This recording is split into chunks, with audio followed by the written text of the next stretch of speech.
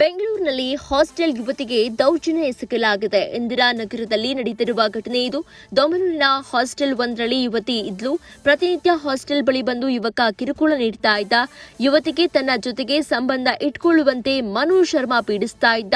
ಇದಕ್ಕೆ ಒಪ್ಪದೇ ಇದ್ದಾಗ ಯುವತಿ ಜೊತೆಗೆ ಗಲಾಟೆ ಮಾಡಿದ್ದಾನೆ. ಯುವತಿ ಜೊತೆಗೆ ಹಾಗೂ ಆಕೆಯ ಸ್ನೇಹಿತೆ ಜೊತೆಗೆ ಆರೋಪಿ ಗಲಾಟೆ ಮಾಡಿದ್ದಾನೆ. ಈ ಹಿಂದೆ ಆತನು ಅದೇ ಹಾಸ್ಟೆಲ್ನಲ್ಲಿಯೇ ಇದ್ದ.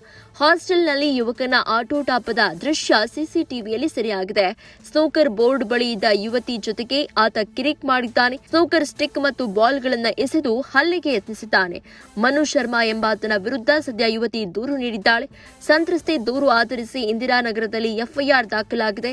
ಎಫ್ಐಆರ್ ದಾಖಲಿಸಿ ಪೊಲೀಸರು ಕಾನೂನು ಕ್ರಮವನ್ನ ತೆಗೆದುಕೊಂಡಿದ್ದು, ಇದೀಗ ಆರೋಪಿ ಮನು ಶರ್ಮಾರನ್ನ ಬಂಧಿಸಿ ಹೆಚ್ಚಿನ ವಿಚಾರಣೆಯನ್ನ ಇಂದಿರಾನಗರ ಪೊಲೀಸರು ನಡೆಸುತ್ತಿದ್ದಾರೆ.